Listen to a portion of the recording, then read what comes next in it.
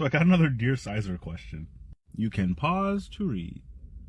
So the question is, how do you respond to somebody who has misogynist beliefs, but you don't want to or can't cut them out of your life? Is there a way to gently argue? She says she gets upset, which ends up triggering a response of don't get so emotional and causes an argument. Is there a way to criticize his point more effectively in a way that he'll actually hear?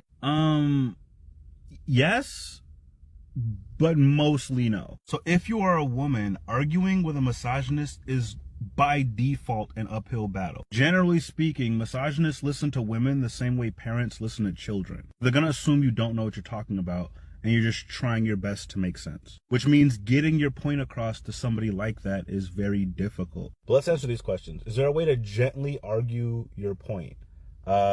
Yes. Going like bar for bar in a debater format isn't a good way to get your point across if you tend to get really emotional and that throws you off of getting your point across. A gentler and probably more effective way to get your points across is to point them out in real world examples as you see them. One of my friends was very big on repeating Kevin Samuels' talking points about high value men and only wanting, younger women who have no kids and blah, blah, blah, blah. One day I asked him, I said, how much money do you make?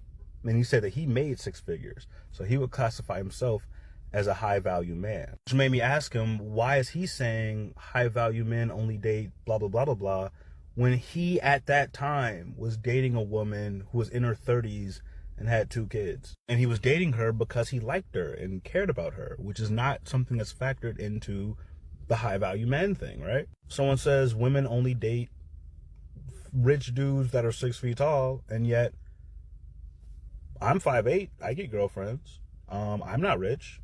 A lot of my friends who are dating men who are shorter than 6 feet and are not rich. Misogynist talking points are based in like a fairy tale. They're not based in reality. When they say women only do this or women are only supposed to do that, blah, blah, blah, blah, they're just reading from a script. It's not based in actual things that we can see in life, which means you may be able to point out those discrepancies without starting a fight. And that might come off as passive aggressive, but the other alternative is no, you can't have a gentle argument with a misogynist about misogyny. They don't care what you have to say. If you're trying to go at it from a logical standpoint, they're just going to ignore or dismiss what you're saying.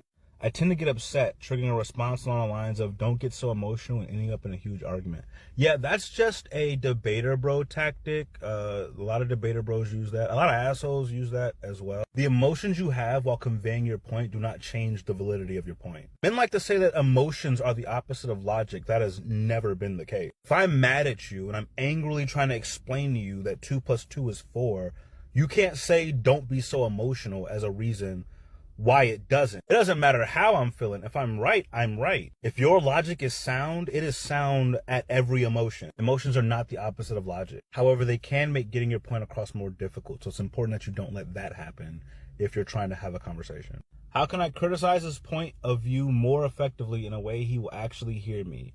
Yeah, if he's not trying to hear you, you can't make him hear you. I could stack up overwhelming evidence that the earth is round. But if somebody doesn't want to hear that because they're a flat earther, they're not going to hear it. It doesn't matter what I say. If they don't want the message, they're not going to get it. If you want to have a good faith conversation with a misogynist about misogyny, you need to make sure that they're actually listening to you. And if they're not, then there's no point in trying. You are wasting your breath.